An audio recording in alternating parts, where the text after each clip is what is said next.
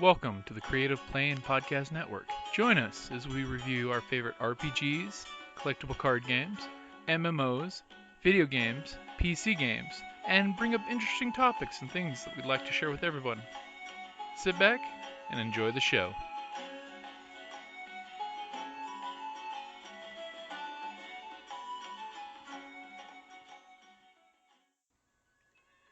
Hi, this is Kelly, aka Trixie from Ragnarok and Roll, a Scion to Ragnarok story, and Tilda Wimblewick from D&D Journey of the 5th Edition. First off, I would just like to say thank you to everyone for listening to our varied adventures, as well as for rating us on iTunes and rpgpodcast.com. If you haven't rated us yet, we would greatly appreciate it if you could. And if you're looking for more ways to support our efforts, we are now on Patreon, a great site where you can help us continue making more podcasts, as well as some special surprises for our patrons. If you can, please look us up at www.patreon.com/cppn. Every little bit helps. And again, thank you for listening. Hey guys, Jim here from Creative Playing Podcast Network, and I've got a great guest on the show today. I've got Neall from Scion 2.0. Hey Neall. Hey, thank you for having me on the podcast, Jim. You're very welcome, man. Scion 2nd Edition, the Kickstarter's going in full swing. We've got about 15 days left on it, and it's going gangbuster. Yeah, we passed $200,000. It's a big milestone for us, and I am really, really happy and really pleased with the amount of attention and the enthusiasm a lot of the backers have towards it so far. Yeah, it's nice seeing the because of course we've got the Ragnarok and Roll, a Scion Hero to Ragnarok podcast, but it's good to see with this Kickstarter just how many Scion fans are still out there that are jumping in and joining in on this Kickstarter. Absolutely. There's a lot of new fans who are really jumping in on it, too. People who either didn't get into Scion First Edition or who are just seeing the concept for the first time, and they're like, whoa! And I've heard a lot of people actually come up to me and say, this is kind of a really unique idea and a really original concept. And there's a lot of other good games, like very good games, in fact, that allow you to play heroes or descendants of gods or whatnot. It's a very common trope, but there are no real games that do that in our modern world and that deal with real gods. Exactly. So, that urban fantasy blend that has the modern legends and pulling from the historical legends, but you actually have that beautiful modern day spin. So yeah. For anybody that's slept under a rock, what is Scion? Scion is a game about mythology and the reason why people worship gods. Scion is a game where you play a descendant or a chosen one of a god, an actual god, from one of several pantheons, like the Greek gods or the Norse gods or the Japanese gods, for example. And you take on the role of a hero in our world, in our modern day world. You go around, you basically do labors like a lot of the heroes of old. You fight the Titans, who are the enemies of your parents, and you sort of work to grow your own legend so that you too can kind of become a god. Well, not kind of, so that you too can actually become a god. The books being kickstarted right now for Scion 2nd Edition are Scion Origin, which details the base setting, the base system, and a lot of the base level stuff, and then Hero, which is all about actually playing these heroes. And together they're meant to be sort of a dual core book going forward. More books will follow in the series, like Demigod and God, actually about climbing those heights of power until you eventually become a god on the same level as your parents. Yeah, that's definitely one thing I really appreciated when the first edition of Scion came out, was the way they progressed the 3 books.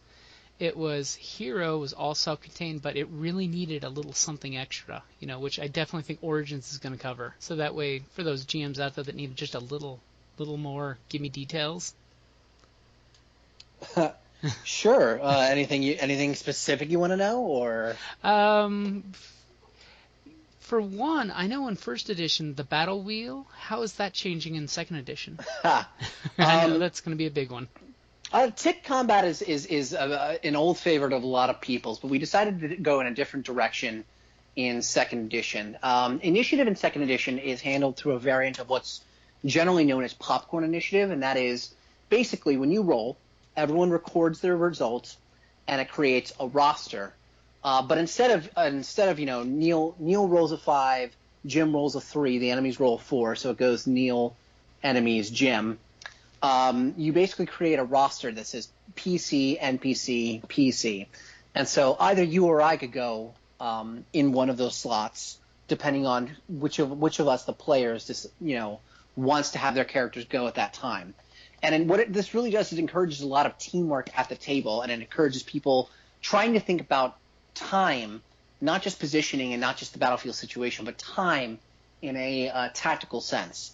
So that you're like, well, I want the big guy to go and probably try to take out a bunch of enemies before the mooks hit, or if you have a bunch of powers that are very good at taking out crowds or a field of mooks, you're like, okay, you go first, so they will definitely be entangled, and then everyone else can kind of get a bunch of free hits in on them. That's sort of the way we want to go about it. That's what it was designed to do, and it's made a really big impact in a lot of playtest sessions. The playtesters are really enjoying it. Yeah, that's a few other games that I've played that use that style of initiative. I'm a huge fan of it as a game master, because that way it really does get conversations at the table of, okay, I'll go for the setup and you go for the takedown, so it gets the group playing like a cohesive team. Absolutely. Scion's really built to have that kind of cohesive team feel. It's meant to definitely feel like you're in a band of heroes. There's a couple of modes of play in Scion 2nd Edition.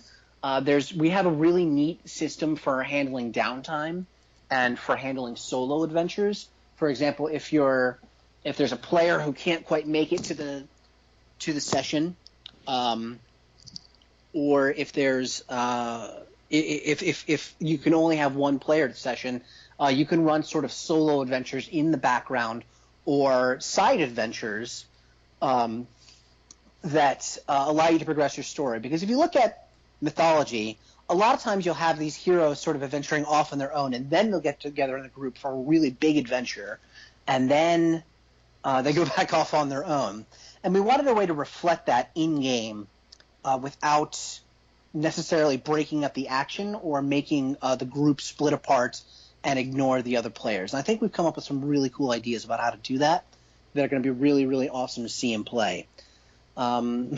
But then, of course, you have the centerpiece is still the big group adventure, which is basically in development we call it Argonaut level play, but that's not what we're going to call it in the actual book.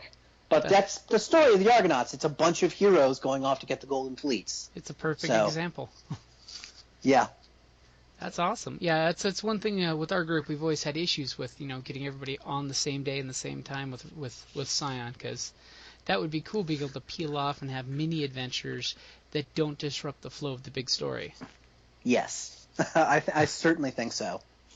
And Scion really is one of those games that you can have a blast having a single hero with the storyteller just going off with having one mission, because they're especially the tail end of hero when they become so powerful. Yeah, we definitely have a way to plateau, for lack of a better word, at hero. You stop. I don't want to say you stop advancing, because you never really stop advancing, but you advance slowly.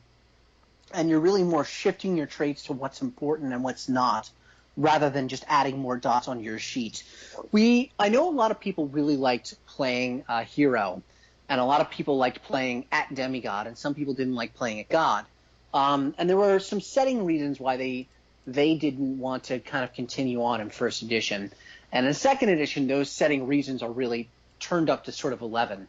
At the Hero level, you kind of have the best of both worlds. You're still very, very mortal. Well, you're a fan of Elia Mercad, right? Yeah. Yeah. The whole sacred profane dichotomy. Mm-hmm.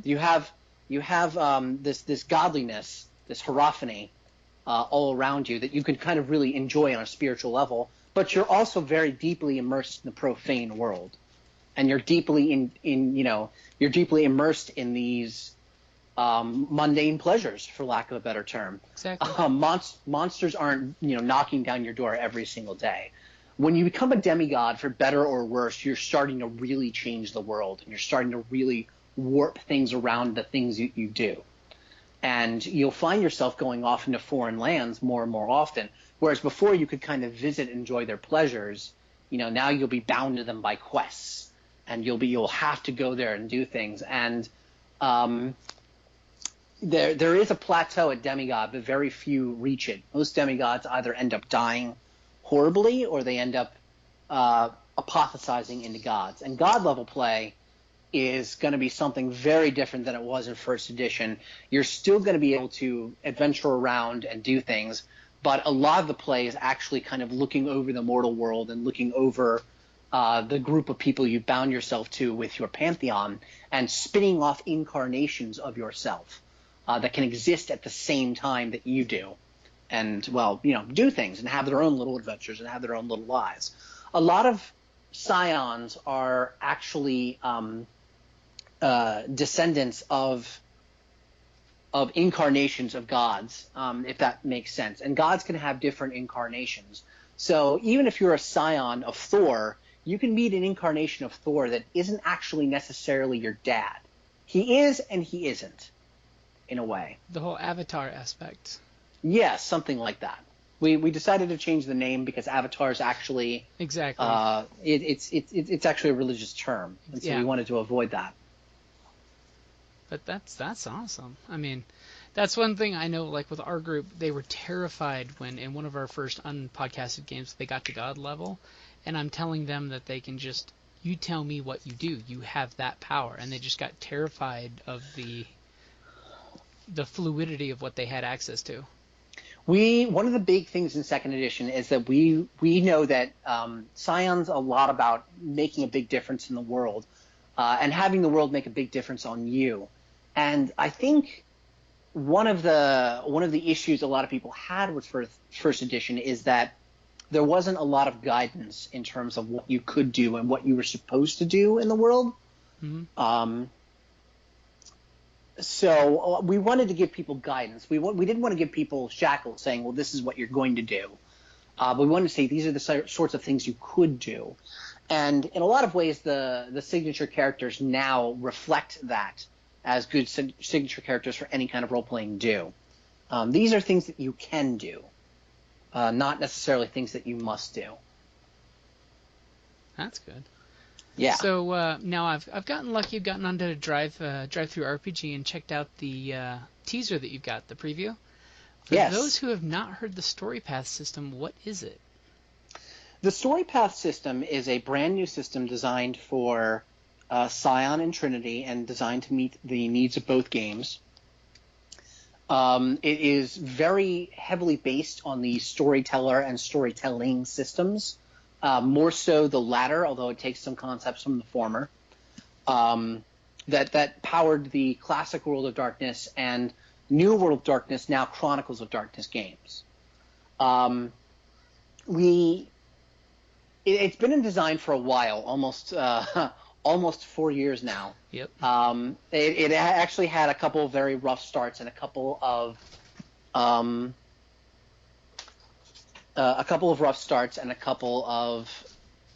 restructuring. Yes, restructurings. It went through a number of iterations going back and forth. Sorry, just 1 second. Oh, no problem. Yes, so we designed it, and I eventually became lead developer over it after a number of things, and I decided to scrap a lot of the previous things and kind of rework a lot of the concepts that we had. And what we come up is very cool. So it's still a D10 system. It's still you roll successes on a target number on a D10. It's still an attribute plus skill system. But what we've done is we've really streamlined and put definitions in the hands of the players in a way that those other games don't, or just decide to go in a different direction. For example, in storyteller and storytelling, you have your backgrounds and your merits and those sorts of things. In Story Path, those and a lot of your relationships are all tied into this one thing called the path. And you have a couple of paths to start with, but what they are phrases or sort of descriptions of your character that you can kind of cue off of in the system, and to just kind of spontaneously generate something that might be worthwhile to your character. For example, you could be the scion of a forgotten ninja clan, and that's your path, the scion of a forgotten ninja clan. You could be walking down the street, and you could get attacked, and you could actually, for benefits in character, you could say, well, actually the attacker is from one of the rival ninja clans, and that sort of thing. And you will get benefits to your character and bonuses because you tapped into that piece of the story. What paths are meant to do are ground your character and kind of make players really want to grind their characters down into the setting itself and want to engage the setting on a very personal level that's important to their character. I think everyone's had the story about the character who's just a lone wanderer. Mm-hmm. I'm just a random badass. I don't have anything to tie me to anywhere. Well, in reality, those lone badasses know the highways pretty well, and they end up knowing which diners are good to eat on long roads, that sort of thing. Even a drifter has connections somewhere, and they have knowledge, and they have ties to things.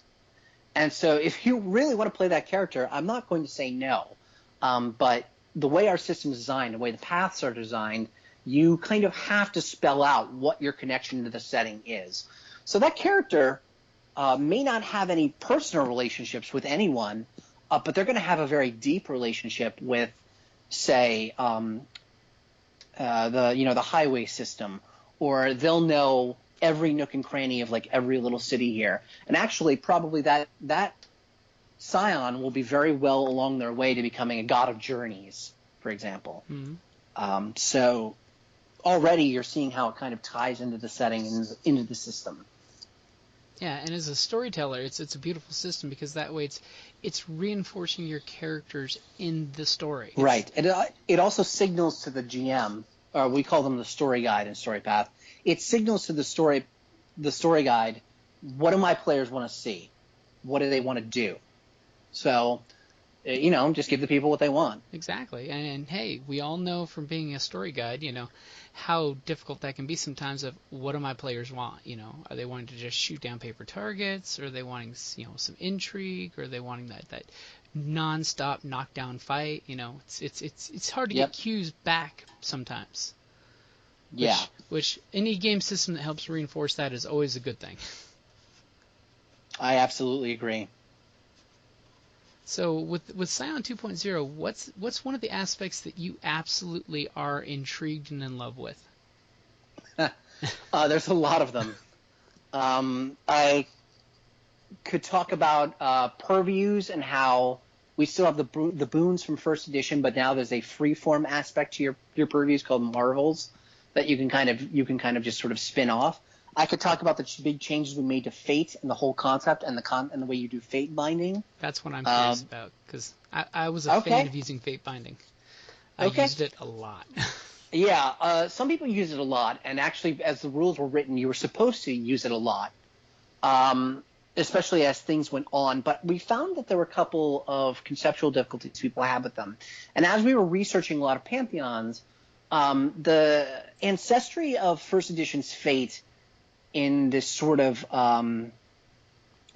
Greco-Norse conception became very apparent to everyone, because Fate doesn't quite work that way for every pantheon. So we kind of, I don't want to say we scrapped first edition's concept of Fate, but we're like, what is Fate supposed to do, and what is it supposed to be?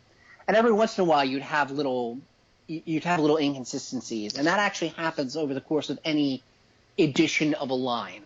If you look at any kind of role-playing game, you'll see that the longer it goes on, the more inconsistencies with core concepts crop up. True. Too many people picking at the tapestry.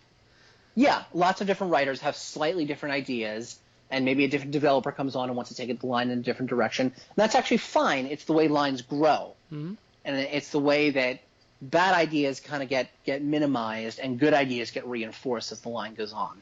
So we tried to drill down on what Fate was supposed to be. What Fate's ultimately supposed to be is a web of relationships, and it's supposed to be a reinforcing of your character's natural affinities towards things and natural attributes. And ultimately, it's also a way to make consequences matter, because you can't just throw out your power willy-nilly without expecting it. If you live by the sword, you will eventually die by the sword. That sort of thing. So we're like, how can we make fate both a web of relationships, and we can make it a sort of reinforcing of what you're supposed to be doing. The consequences to fate don't really come in at the hero level, and that's another reason you really might want to stay hero. At the hero level, there's all kind of minor benefits. So they're tied into your callings, which are your archetypal expressions as a scion. And you have 3 of them to start with. I think one of our playtest characters is literally named generic Irish Scion, and his callings are sage, lover, and warrior. Because that's what all the Irish gods sort of aspire to be, is that sort of archetype.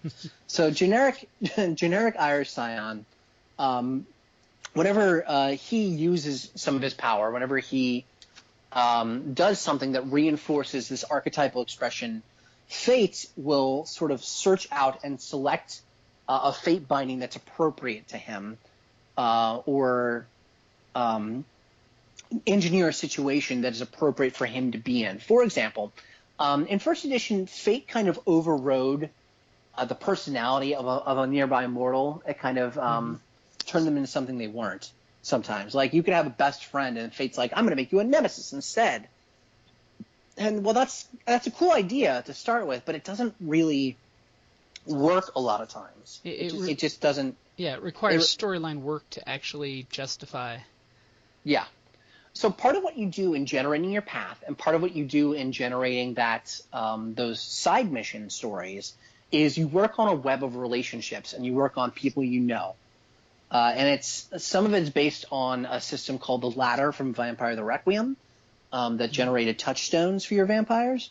But what it does is basically, when you make a fate binding roll, you look at the callings you have, and each calling has a number of fate bindings associated with it.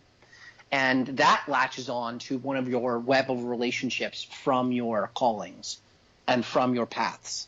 And that generates a fate binding. So fate doesn't really mind control anyone. It's more like a really good search engine. So if you're a lover and you have a fate binding of the paramour, fate will find someone that you would already be attracted to and who would be attracted to you, and then we'll engineer a meet cute. Like, you will be in Trafalgar Square, and there will be a very light drizzle coming down, just enough to have a little rainbow in the sky, and you two will bump into one another. And you'll spill your papers, and she'll spill hers, and you'll mix them up and have to call each other at your respective places of work in order to work it out. And then, there'll be a coffee shop right by where you guys decide to meet, and you'll be very thirsty. That sort of thing. That's why that fate is more like a really big cheerleader. It's like, yes, do this trope. Yes, do this plot. And you can ignore it if you really want to. But it's sort of stuff you're inclined to do anyway, so why would you? Yeah. And it'll reinforce things that you do. You'll find yourself more and more in those types of situations.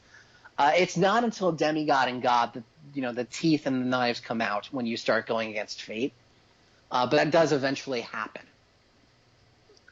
But that's with Scion. I mean, fate's one of the important driving factors, because that's the whole reason why the gods aren't constantly meddling. It's why they have to take a hands-off approach.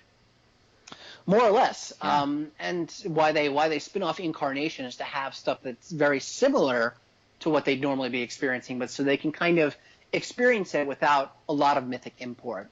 Also, as you rise in legend, the things that you do tend to have very big resonating effects. Your callings can change, and that actually changes a lot of the nature of your divinity, and it changes a lot of the power that you derive from what's called your mantle, or your kind of divine oversoul. Because a god isn't just a god, they're also the idea of that god. And so by doing things that sort of go against this archetype that you've built for yourself, this image of the god that you are, you can cause a lot of loss of power. You can cause a fraying of it, a change. When gods want to make a change to themselves, really, they have to make a new mantle. And this also explains why certain gods have different identities. Ares is a very bloodthirsty and fierce warrior god, but he eventually matures into a sort of a god of civility and also a bit of the god of the harvest in the form of Mars. And so in this game, they are different mantles. They're the same god, but think of it as, I mean, everyone wears different hats. Like at your place of work, you have a different demeanor and a different role than you do when hanging out with your friends or that you do hanging out with your parents.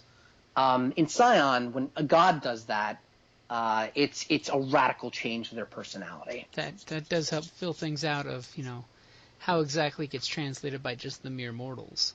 Yep. Besides, sometimes a god actually has to throw on another hat because of a godlike situation going on. Yep, absolutely. It's like we joked in one of our early games when one of my wife's character, she basically, it was the mission with the Raven Cloak where you get to steal your parents' power. Yeah. She was a scion of Freya. All she knew when she put on the cloak and spent her legend is I told her she heard a woman screaming when the lightning hit her and she blasted with power. First thing her libertine character did was make the world's biggest party in Las Vegas.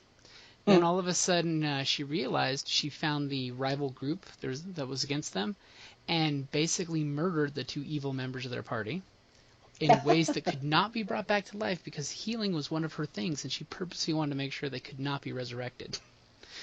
And like I told her, honey, I can always bring them back. I got ways. But when she got in trouble, since she was from the Norse pantheon, basically the two gods that were slighted demanded a were-guild of her for killing their children. You had godlike power. You smited a child. You need to change channels for your character. And basically, the Isis demanded she become a priestess for her, and she had to actually represent Isis, which was really, really against her natural grain. Oh, that's pretty cool, and it actually ties on into one of the big things that we're really stressing with Scion 2nd Edition.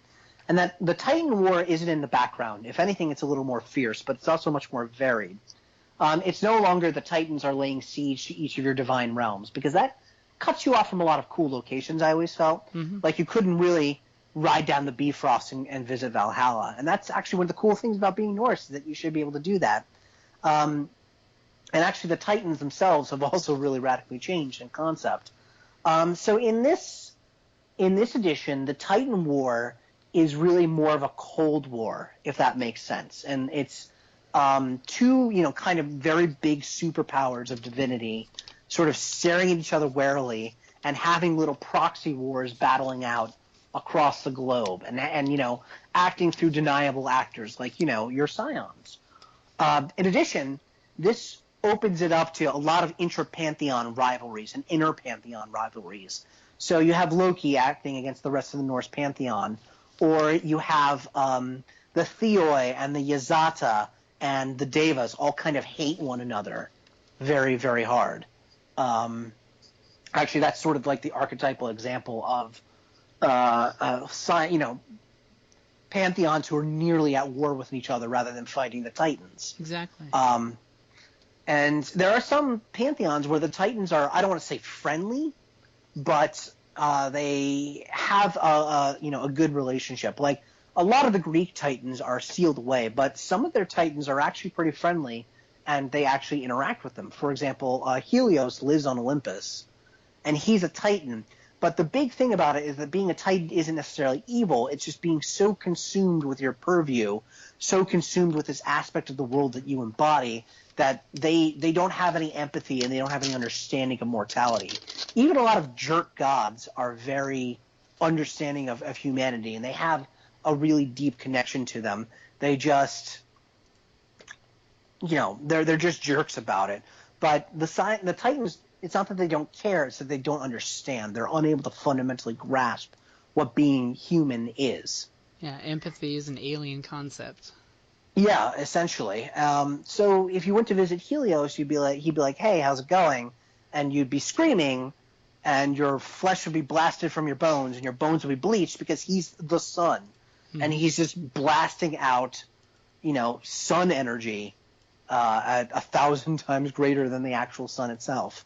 So, and he'll shrug and he'll move on with his day, and he is the day. So, yeah. That's really the big thing about Titans, is that many of them aren't evil. Many of them aren't necessarily cruel, although some of them are. Surtur, for example, the Lord of Muspelheim, or Mikaboshi, the August Lord of the North Star. They're both pretty evil. Hey, their jobs were written down, and that's what they got to do. Basically, or Apep, for example, in Egyptian mythology. Apep's the Titan. So, or any of the creatures in Norse mythology, for example. Those are so. It's not that they're necessarily evil a lot of time. Like Fenris, for example, is a Titan who isn't necessarily evil, but he has to be bound and he has to be locked away, and he can't be allowed to roam free. It's one of those greater goods, because they're primordial forces. It's nothing against them. It's just what they are. Yeah, it is, and they don't like that. And the smarter ones start to scheme, and their energies still leak into the world. And cults will form around their energies, deliberately kind of inculcating them for power. Like, if you're Norse, you might have to deal with some, Ophidian snake cults. And the more Ophidian energy you absorb, you start growing larger and larger, that sort of thing. The Norse battle a lot of giants. But the Titan dichotomy isn't entirely, like I said, it's not the same in every pantheon. The Irish have a very nasty habit of sleeping with their Titans, because if you look at their history with the Fomorians, there's a lot of sex going on. Well, that's what actually you fight and then you make out afterwards, Yeah, and the Fomorians themselves consider themselves to be the rightful divinities of Ireland. And they call themselves the Tuatha De Domnon, the sons of the god Domnon, and or the people of the god Domnon, rather than the people of the goddess Danu, which is the Tuatha De Danann. So you have this group of rival gods basically, who are evil, but yes. And then you have the Devas, who use the term Titan as a political term. If you're a god they don't like, they'll call you Asura. Ooh. And then you have the Yazatas, also known as the Asuras, who call gods they don't like Devs or Devas. Yeah, and they hate each other. They hate each other really, really hard. System-wise, being a Titan means you have a different set of virtues, but yeah, there's a lot going on politically in the world of Scion. So that's one of the ones that I love, that you can grasp into that, that style of gameplay. Yeah, we really wanted you to have, if you want to have a deep political game that involves a lot of mythology, you absolutely can do it. If you want to have a rollicking action game, easy to do. So we wanted to support a number of different play styles in the line immediately, and that meant really diversifying the setting itself.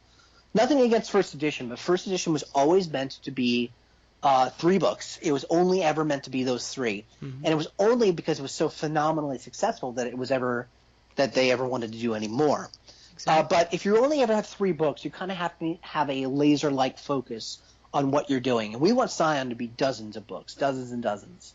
So that means that we have to have a play style and a setting that supports those dozens and dozens of books. Yeah, and Origins is definitely one of those books that was needed for the series, because, I know our group, we just ad hoc'd a bunch of stuff and threw stuff together, but a lot of folks would come up to me and they're like, I have no ideas. I'm like, dude, the whole point of Scion is look at the legends that are out there and make modern interpretations of. Yeah. And Origins, I think, is definitely going to help a lot of new storytellers, get that, get the point across of this is what the world's like. Absolutely. We have a number of different play styles going into it, and we also have a breakdown of a hero's journey, not the hero's journey like in Campbell, but a long breakdown of tropes, especially at the early mythic level, and how you can sort of break it apart in different story pieces and story segments, and what your players should be doing at each part of the story segment. So I think that's actually one of the coolest things that we've done, is we really break down what a myth cycle looks like and what mythic tropes look like. And like if you meet two brothers, you're going to eventually meet a third, that sort of thing. Unless they're twins. If they're twins, you won't meet a third. But if they're not twins and you meet two brothers, you must meet a third. That sort of thing. Is we have a lot of those little tropes broken down for story guides to sort of pick up and drop into their game really easily. So that's yeah. That's one of those things that makes people's life a lot easier. Is that we can just get permission basically for your storylines. Absolutely. So one thing I was noticing was the stunt mechanic. How's that changing between first edition and second edition? So first edition stunt mechanic was based on Exalted's, specifically Exalted second edition's stunt mechanic. And for those of you who didn't play Exalted second edition, what it basically was you would be encouraged to narrate your action ahead of time. Like instead of saying, I hit him with my axe, you say, screaming with fury, I plant my feet into the soft loam. I twist my body in a massive overhand blow to split him from head to crown. And this was really cool. And you would get extra dice for it. You'd probably get, that's easily a 2-dice stunt. I'd at least give you 2 dice for that one. I appreciate it. And there's certain mechanical rewards attached to that, like you'd get extra stuff back, that sort of thing. But the 2 dice were the main thing. And Scion adapted this, but I always had a couple problems with the stunt mechanic. Chiefly, people would describe an action, and they describe it as really cool, but then they'd roll the dice and they'd whiff anyway. And so instead of splitting him from head to crown, I would plant my axe right in that rich loam beside him. And a lot of times people got really, really tired of just trying to narrate it every time. And the way Exalted Second Edition, the way Exalted First Edition worked, and during certain parts of high-level play, you had to stunt, otherwise you were done. Oh, you were yeah, boned. yeah. There were some events you had, if you weren't doing a 2 stunt, you weren't succeeding at anything. Yeah, basically. So we wanted to change that a little bit. So how the stunt mechanic works is it's actually built on successes you roll past your difficulty. So we have a static difficulty, and that's the number of successes you need to roll to succeed. So if you're at a difficulty 3 task, which is actually pretty difficult, you need to roll 3 successes. And if you do, you succeed completely at your task. But if you roll 4 or 5 successes, you can actually introduce narrative details that have little mechanical effects that help you along. You can basically narrate what's going on, and you can change little details in the setting or the scene to help your characters move on. You can shoot the bad guys, and then if you do it really well, you can narrate that behind them your bullets have actually struck oil drums, and now oil's leaking on the floor, making them hard to traverse, basically. That sort of thing. It's a way to sort of reward people for rolling really well and to encourage them to modify the setting and the scene and make it their own through narration. Yeah, and that's always important, is to it again reinforces that whole reinforcing the character in the story world, so that way they can keep interjecting more into the story world, which at no point is that a bad thing. No. We also have a similar mechanic on the back end called complications and consolations. Complications basically add on to the difficulty of a roll, and they pop out as consolations if you're doing them on the front end, if you're going into a roll. So if you have an abnormally high difficulty for something and the players don't succeed, you can offer them what's called a consolation. And a consolation, a flat failure as a consolation, will get you momentum, which is sort of a bank of points that you can spend to get extra dice on things and really pump up your pools a lot. Oh, that's cool. Or you can take a consolation, which is basically a failing forward mechanic. It says, well, you succeed, but this negative thing happens. Well, yes, you got the window open on the skyscraper, but you triggered the silent alarm. and the cops are going to be here in 5 minutes. Yes, you got over the barbed wire fence, but you've injured your leg, that sort of thing. Or you left some critical piece of evidence behind. Now they'll be able to track you. That sort of thing. And you can choose not to accept the consolation. When they're inflicted on someone else via power or something, it's called a complication instead, and it gets sort of tacked onto the basic difficulty of it. But when you're just doing it from the front end, it's just added right into the difficulty, and if you don't succeed in that, then it pops out as a consolation. Does that make sense? Yeah, definitely. And I love game mechanics that provide that fail forward, because then people will take that chance. Because a lot of times folks are they're not sure what to do, and they're afraid of failing and then putting the group behind. In this case, it's literally either way something good's coming out of it. Yes, absolutely. Because at least make a decision and do something. Yes. Because even bad consequence is still pulling the story forward, which is one of the things that I always love in role-playing games is even if you roll bad, it doesn't mean the end of the world. It just means the story is taking a different direction. Yeah, absolutely. We wanted to both allow players to sort of control their journey through the game and really make it a narrative story, which is part of the reason why you're not just a storyteller. You're a story guide in this game. You're helping to guide the way the story along, but it's really more of a collaborative experience. Yeah. But also we wanted to reward players for rolling really well and mechanize the gambler's fallacy, which means that if you keep rolling badly, eventually you have to roll well. Mm-hmm. Well, yes, actually, if you keep rolling badly, you will build up momentum, and then you can just throw a giant handful of dice. Nice. So, yeah, we in this edition rolling big handfuls of dice gets boring after a while. It really does. There's very like late demigod. Yeah. Yeah. There's very few effects that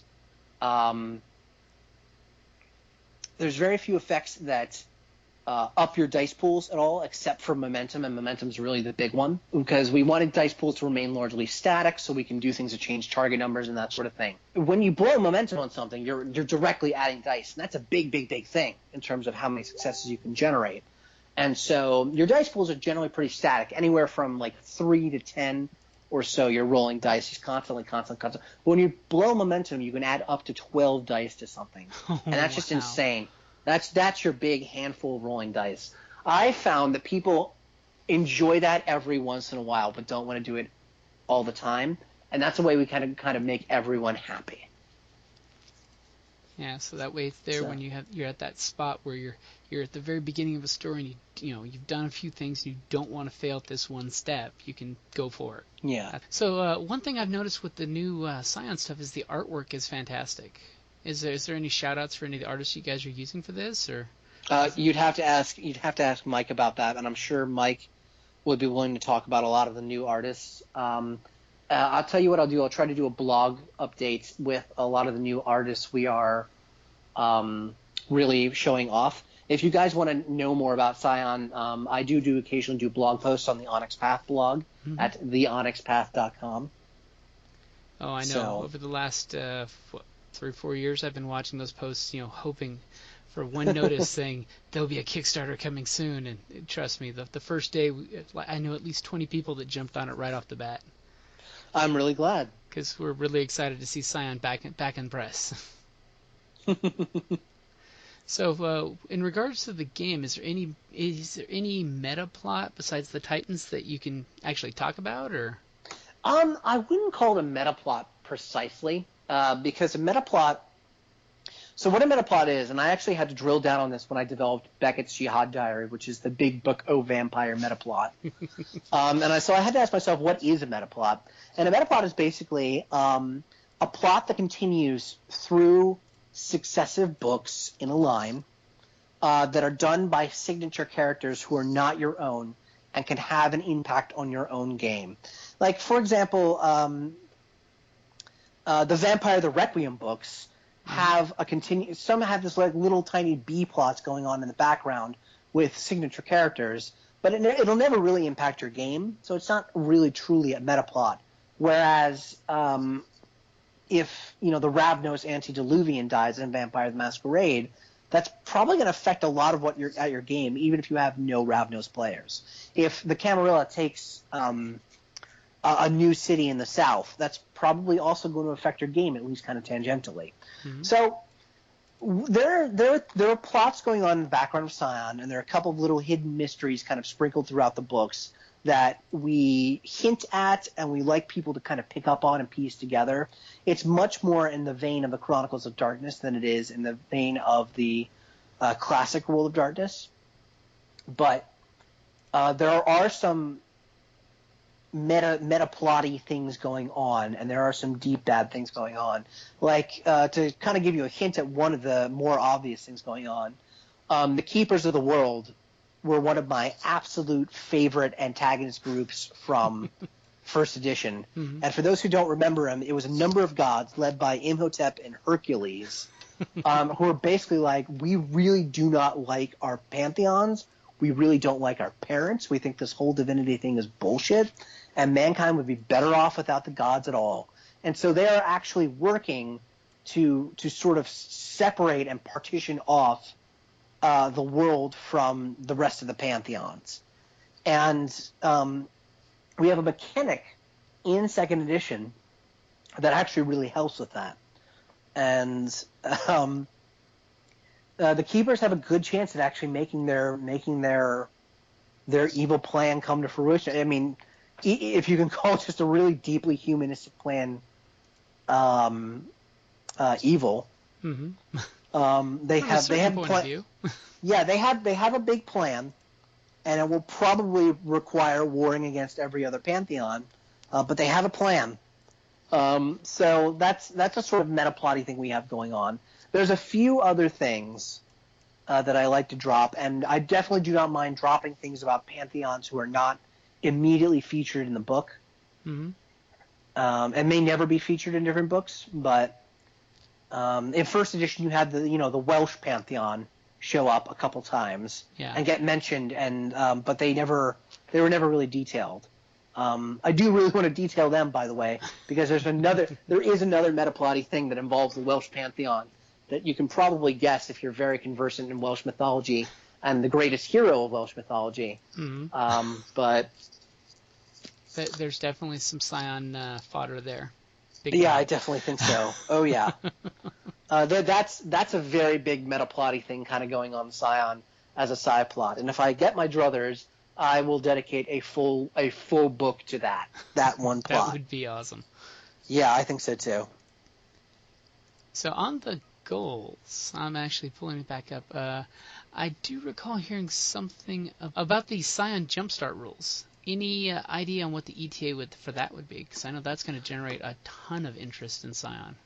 Oh, well, I'm polishing up the core books now. And actually, the Jumpstart rules are probably something that I am going to start almost immediately on.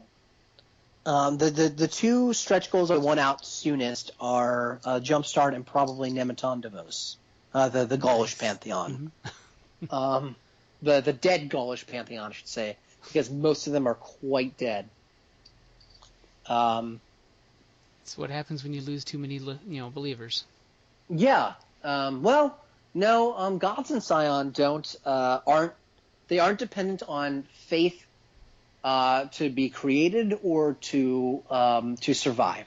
Like they don't need prayer to keep eating. Mm-hmm. They don't need prayer to keep their power. But prayer and their relationships to mortals acts as a kind of very big fate binding, and you can cause someone to radically change what they think, and that changes your power.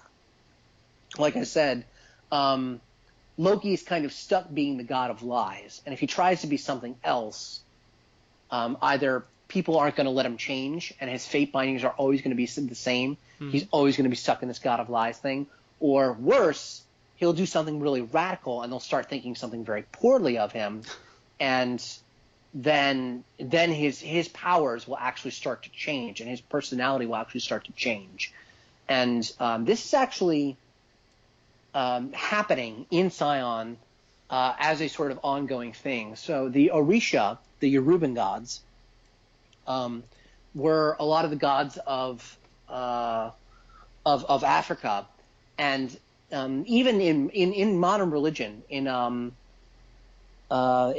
modern religions that worship the Orisha, and you have this sort of mythological backplot of the transatlantic slave trade as changing the gods itself. And I thought, well, this would be really cool if we did this in the game. And so the Orisha sort of looked at their followers and looked at them suffering and looked at that, and they were like, well, we can stay in Africa where we know where we are, or we can stick by our followers and change in ways that might be uncertain, but will always be with those we worship.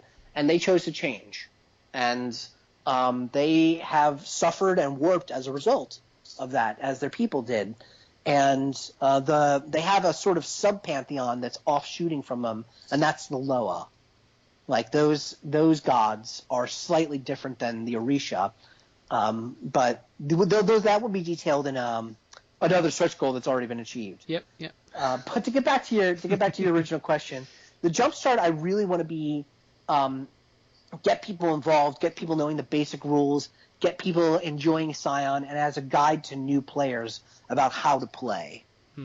So that's really what we were going with a lot of the Jumpstarts. It's worked out really well in a lot of other games.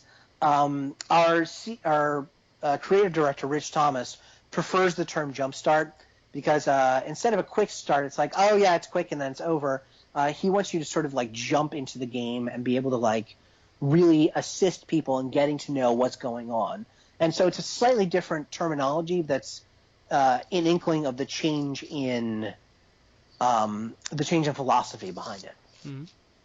And trust me, I mean the original Scion one, I used the quick rules to basically every new player I ever had. We played that mini campaign, and immediately we were able to get back to a game and play with those people. Immediately they knew exactly what they needed to do. Absolutely, and that's really the best way a quick start or jump start should work. Yeah, that way they get to test out their characters, see if they like it, figure out the basic rules of what they thought they were making is what they're actually playing, which is always a good important one to find out if does the game mechanics reinforce what you're going for a concept, which the story guide system actually really does sound like it's going to do an amazing job on that. I absolutely think so. And one last quick thing I wanted to bring up is the stretch goal for the live action role playing. So yes. What's the plans for that, by the way? We have had a lot of companies come to us and start and just make pitches, even without being solicited, about Scion LARP rules. And we've had a lot of writers be very interested and be like, hey, how can I help? How can I do this? Apparently kids love the God LARPing.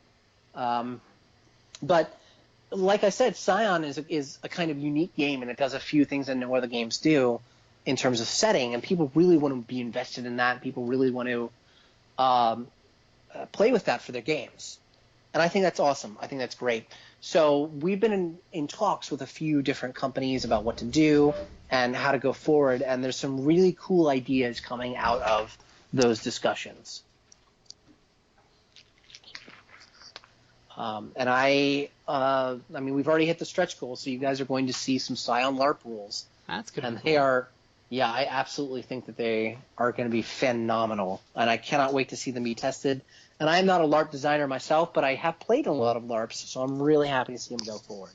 Yeah, I mean, if nothing else in a gaming group, having up just like 1 or 2 LARP sessions can actually really help play NPCs, let folks know what's going on behind the scenes type of thing. I definitely think so, and I definitely think that we can tie them into the base game in a lot of different ways. Like, for example, those side stories and those little mini quests and those little solo adventures going forward. If you want to do a LARP with that is splendid. Yeah, that's going to be great. Mm-hmm. All right, so Neall, is there anything else you wanted to cover or bring up before we wrap up for the night? I am really, really let me give a shout out to my team. I have a team of various different races and colors and creeds and faiths and genders, and they are just absolutely phenomenal. And they are really the greatest group of people I've ever worked with, the greatest group of writers. I've worked under some teams where the developer was almost dictatorial, and I feel like I'm learning a ton about design from these people. It's what you get when you bring a group of people who are very passionate about a project on together, and you sort of all let them go. And everyone on my team has played nicely with one another. Every member of my team has contributed a tremendous amount to the project, and I think you can really see their passion and their knowledge of a lot of these pantheons just sort of leaking off the page. A lot of the people I brought on were experts, and some of whom were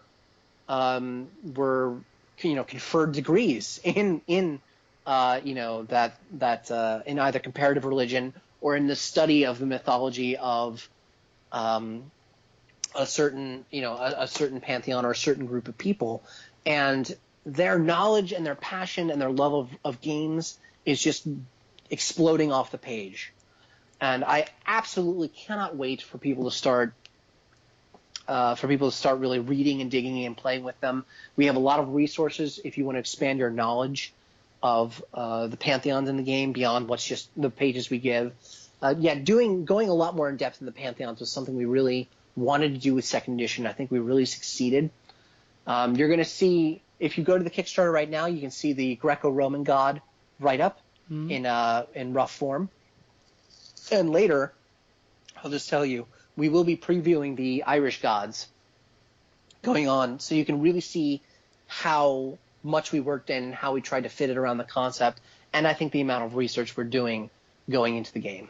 That's gonna be great, because it's I mean, for a lot of cultures, this is some serious deep stuff that's being covered in a role-playing game, and this is their religion. I mean, we say mythology a lot, like, oh, this is mythological, but there's a billion Hindus, man. Mm-hmm. And even though we're going with a more kind of Vedic approach to the Hindu gods, these are still this is a living faith. Exactly. There's millions of people who practice Shinto. There's a lot of pockets in China where I know some of the ancient Chinese gods are worshipped. They just put up a giant statue of their god of war, like a giant one. Yeah. And of course, the Orishas are still worshipped all over the world, but especially in the Caribbean and especially in Africa. And these are living cultures, man. These are living stories. These are living gods. And it's important to approach that from a veil of fictionality. We're making it a game, and the Odin of Scion is not the true Odin. Mm-hmm. But it's also important to be very accurate in what we're doing. Exactly. So, and accurate and respectful, and bringing people on who are parts of those cultures or who already respect them was a huge priority for me.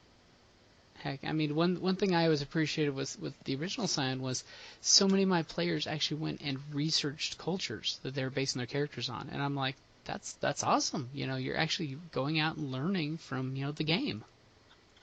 Yep, absolutely. All right, well, thank you so much for having me on your podcast, James. You are so welcome, Neal, and thank you so much for doing Scion 2.0, man, because there are so many people I know looking forward to it, and it's going to be super exciting when it comes out. Great, amazing. Thank you so much. You're welcome, man, and you have a great one. You too. Thank you for listening to the Creative Play and Podcast Network, and feel free to enjoy our other shows, such as D&D Journey of the 5th Edition, and Scion Ragnarok and Roll, a Scion hero to Ragnarok story. Thank you for listening.